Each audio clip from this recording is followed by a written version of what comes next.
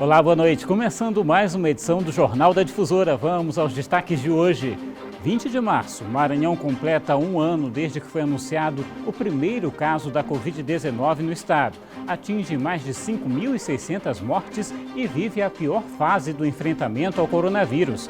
Jornalistas relatam os desafios e riscos na cobertura da pandemia. E ainda, o estado recebe quase 200 mil novas doses da vacina contra a Covid-19. O Jornal da Difusora já está no ar.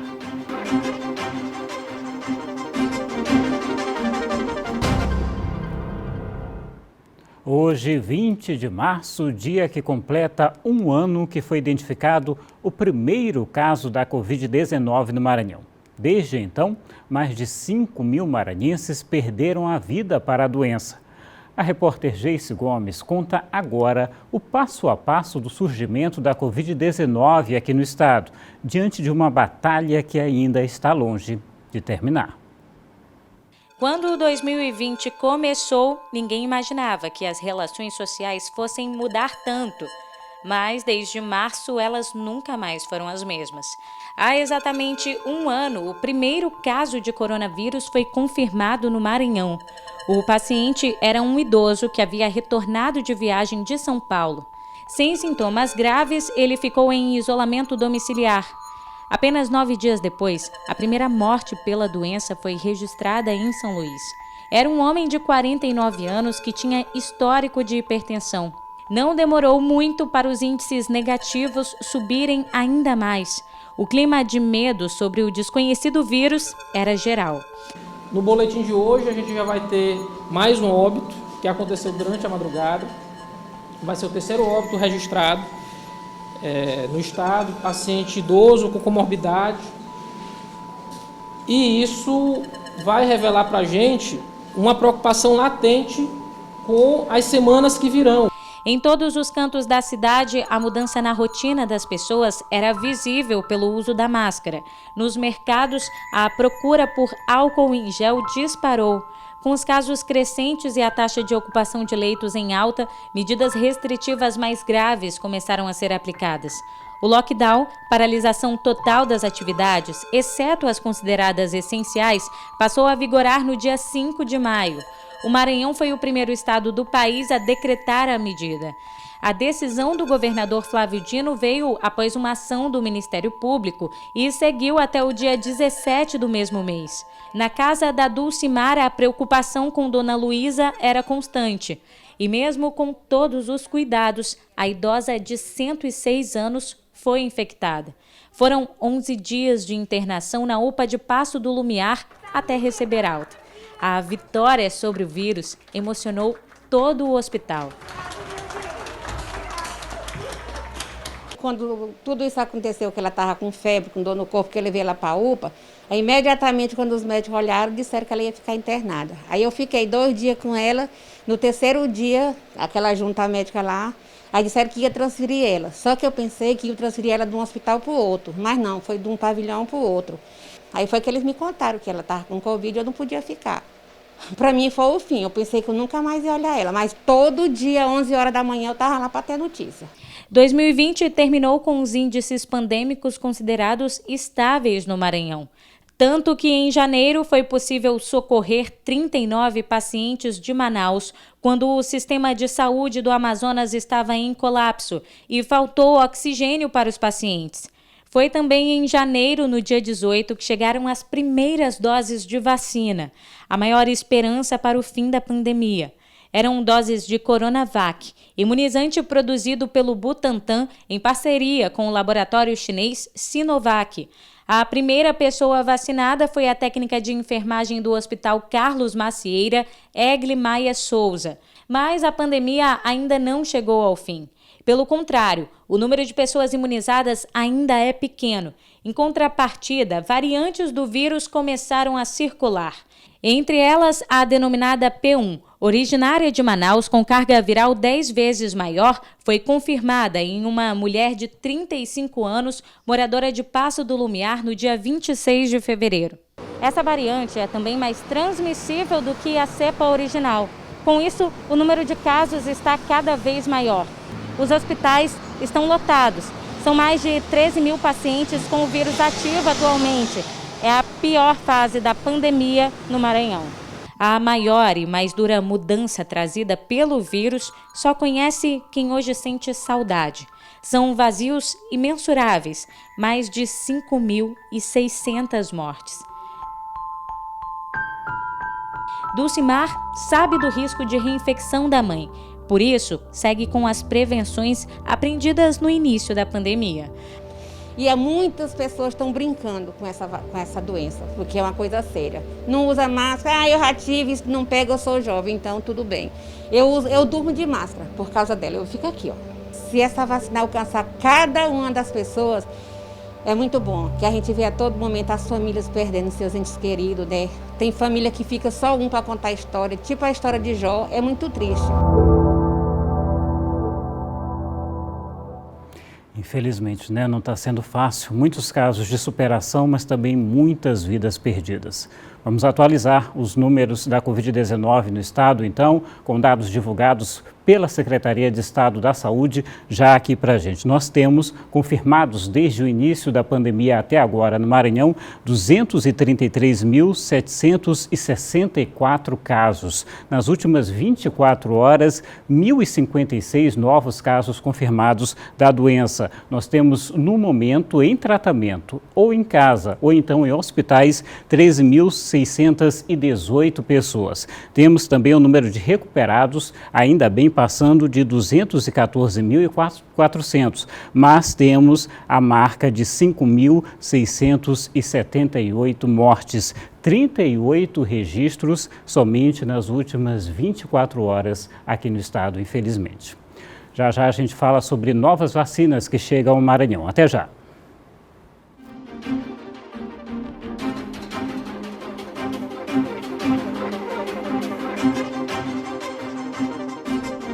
De volta, e novas doses da vacina contra a Covid-19 chegaram hoje ao Maranhão. Vão ser armazenadas e depois distribuídas aos municípios.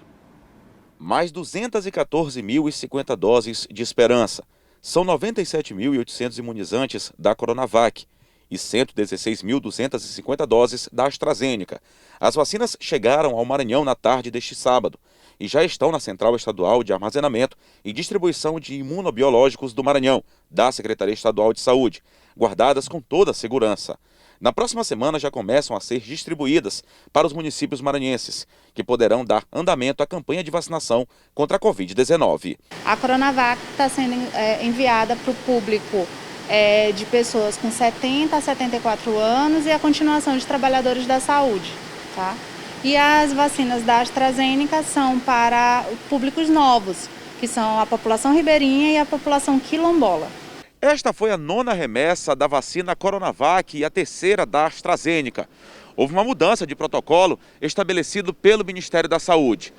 Todas essas doses que chegaram neste sábado serão de D1, ou seja, aplicadas em primeira dose à população maranhense.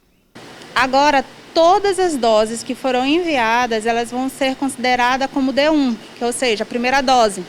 Então, o quantitativo de doses vai ser distribuído na sua totalidade para os municípios, aqueles que atingirem os 70%. Vamos acompanhar então. Agora a gente muda de assunto porque uma cratera que abriu durante a semana na Avenida Jerônimo de Albuquerque voltou a abrir hoje. Eduardo Ericeira está lá nesse ponto acompanhando como é que está a situação e conta pra gente. Oi, Eduardo, boa noite para você. Olá, Hugo, boa noite a você, boa noite a todos que acompanham o Jornal da Difusora. A gente está acompanhando o trabalho aqui intenso, aqui na Avenida Jerônimo de Albuquerque, nas proximidades aqui do elevado da Coama. Inclusive está aqui ao lado do secretário municipal de Obras e Serviços Públicos, o Davi Coldebella, para falar um pouco mais sobre essa situação. Secretário, aqui o serviço continua, a situação bem delicada aqui, o tipo de trabalho está sendo feito, já há uma previsão aqui de normalizar o trânsito, normalizar esse trecho? Bom, olha só, ontem a gente iniciou esse serviço de recuperação.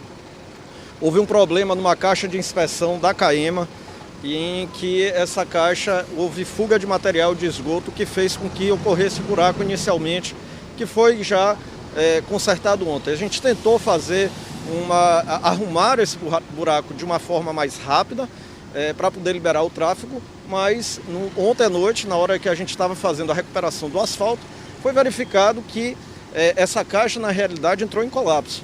E no momento que entrou em colapso, a gente acionou rapidamente a CAEMA, que veio com seus técnicos, para poder consertar essa caixa de esgoto, que fez com que ocorresse todo esse problema que a gente está vendo aqui. Aqui, inclusive, é um trabalho conjunto entre a Prefeitura e a CAEMA, por parte do Governo do Estado, não é isso, secretário? Perfeitamente. Nós estamos aqui, a CEMOSP está aqui dando todo o apoio necessário para a CAEMA. Estamos aqui com máquinas, com equipamentos, com mão de obra, com material e dando o apoio necessário que a CAEMA também precisa para que a gente possa unir forças, para que a gente possa resolver esse problema o mais rápido possível. Previsão de resolução, secretário?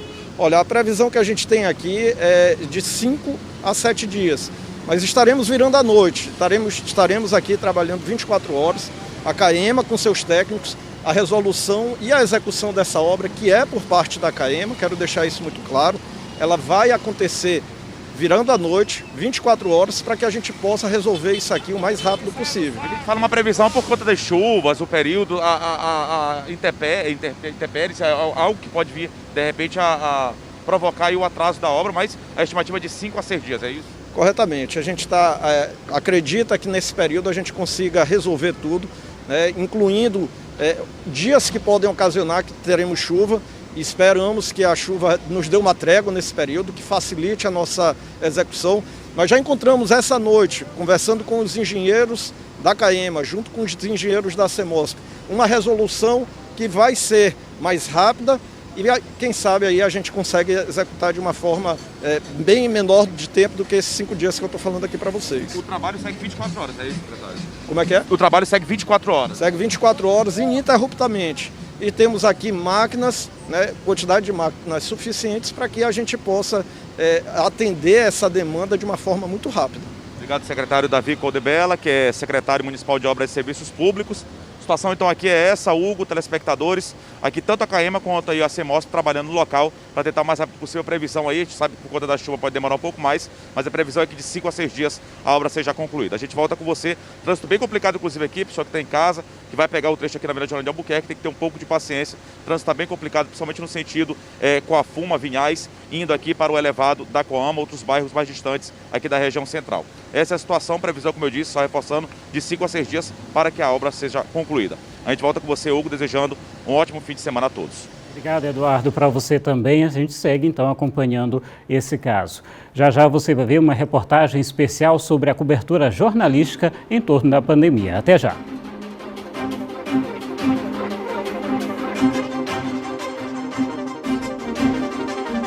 De volta.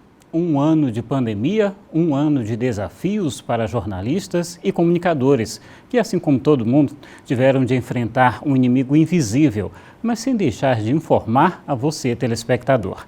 Experiência contada por quem viveu de perto os bastidores dessa cobertura. Olá, boa noite. Está começando mais uma edição do Jornal da Difusora. Na TV, todos os dias, notícias sobre a pandemia. A informação sobre o novo vírus, os riscos trazidos por ele e os mais diversos impactos vivenciados em um ano no Jornal da Difusora. No dia 20 de março do ano passado, o primeiro caso de coronavírus foi confirmado no Maranhão. A cobertura da coletiva do anúncio oficial feita pelo repórter Hugo Viegas foi a primeira de uma sequência diária e exaustiva de reportagens sobre a Covid-19. O que eu lembro desse dia é que tanto eu quanto os outros colegas, a gente estava na expectativa sobre o que seria anunciado, né?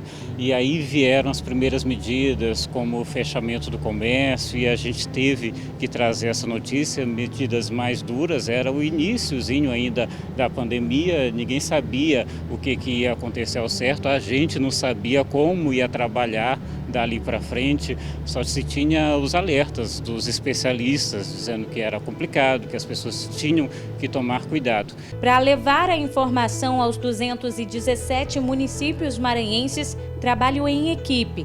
e muitas mudanças na produção do jornalismo e elaboração das matérias. Esse tem sido um momento que tem sido bastante complicado para todos, incluindo nós jornalistas, a gente que tem um dever de reportar, noticiar, e quando vem a pandemia e vem esse tanto de notícias ruins e que a gente tem que trabalhar com isso, a gente é afetado também. O jornalismo por si só precisou passar por modificações durante essa pandemia.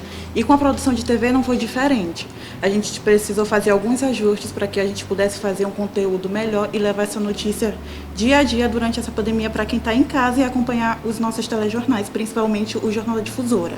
A preocupação maior é levar a doença para dentro de casa, né? Porque a gente chega em casa, o filho vai abraçar, né? Vai beijar, então assim, dentro de casa o cuidado era redobrado. Mas a parte mais difícil mesmo é transformar a dor do outro e até as nossas em notícia. Noticiar mortes é muito triste, noticiar a dor do outro é muito difícil.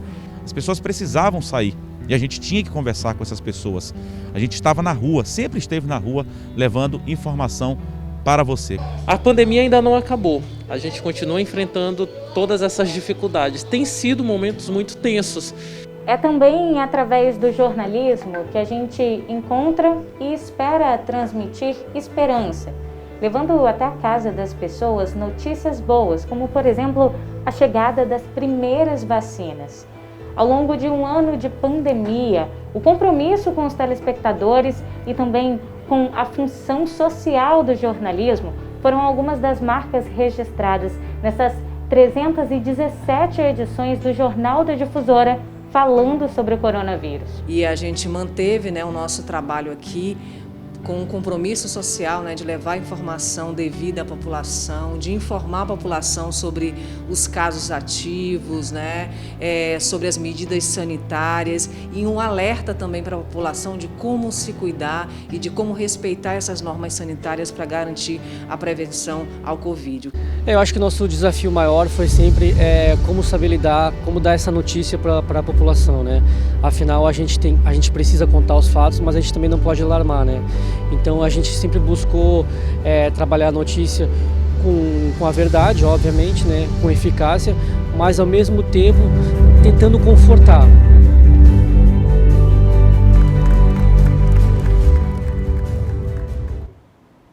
E com certeza a gente fica muito mais contente em trazer boas notícias, como a chegada cada vez mais intensa de novas vacinas. Não tem sido fácil, mas toda a equipe do Jornal da Difusora segue com essa missão de levar até você a melhor informação possível. As reportagens dessa edição você sabe que pode rever no portal MA10. Vá também nas redes sociais da TV Difusora e interaja com a gente.